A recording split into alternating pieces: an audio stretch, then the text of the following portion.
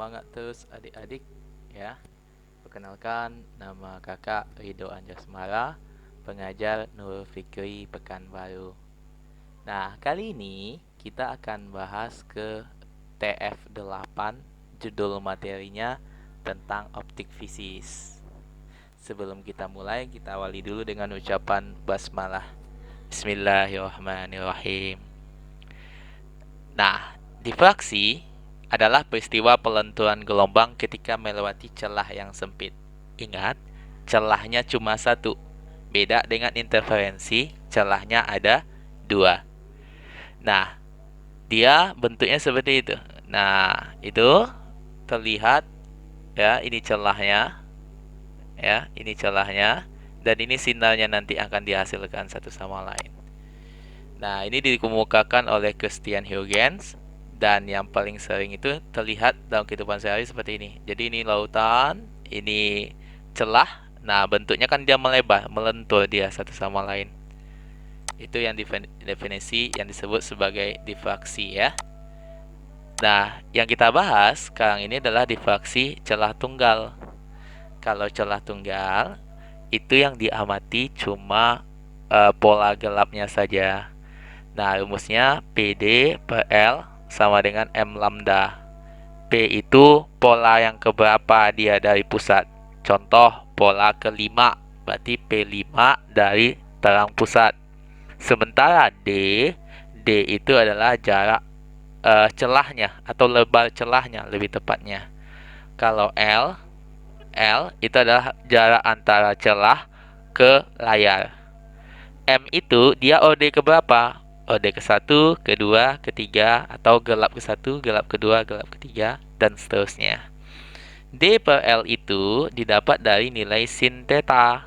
Maka boleh juga rumus P per L, salah bang ya. P per L itu sama dengan sin theta. Dapatnya dari situ. Maka D sin theta sama dengan M lambda.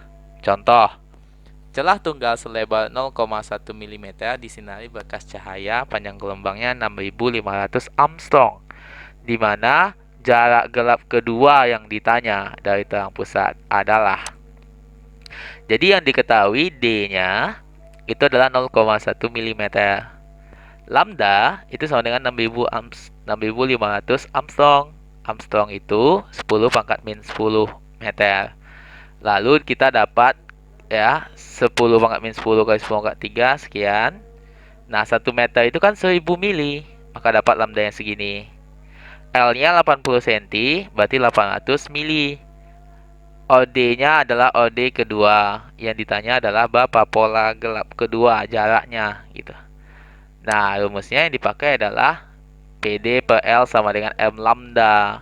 Maka P sama dengan M lambda L per D. Tinggal masukkan nilainya karena sudah dalam milimeter semua. Dapat hasilnya adalah 10,4 mm. Ini dia jawabannya. Oke, kita lanjut materi berikutnya. Difraksi kisi lagi ya. Jadi bedanya antara difraksi celah tunggal sama kisi. Kalau difraksi kisi itu ada kisi atau garis ya. Ini bentuknya. Sementara kalau dia difraksi celah tunggal, berarti dia bolong aja yang namanya celahnya gitu. Nah, kalau tadi yang namanya celah tunggal, rumusnya pakai keadaan gelap. Kalau di sini dia menjadi keadaan terang rumusnya. Jadi mau dia difraksi celah tunggal, mau difraksi kisi difraksi, rumusnya tetap D sin theta sama dengan M lambda. Jadi selalu sama. Cuman bedanya kalau yang namanya celah tunggal itu ada yang diamati hanya gelap. Kalau difraksi kisi yang diamati pola terang. Nah, khusus untuk kisi, D itu bisa diganti menjadi seper N. N itu adalah jumlah garis kisinya. Contoh, kisi difraksi yang memiliki 5000 garis. Nah, ini adalah N. Lalu, dia dikasih tahu bahwa saat OD kedua, yaitu M-nya 2, theta-nya adalah 30 derajat. Maka berapakah lambda? Nah, rumusnya karena dia pakai theta, jadi kita pakai yang ini. Jadinya, nah, D sin theta sama dengan M lambda.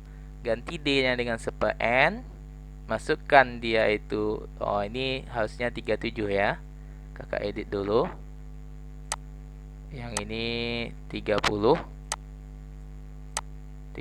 derajat. Nah, maka 1/N itu kan berarti 1/5000 ya.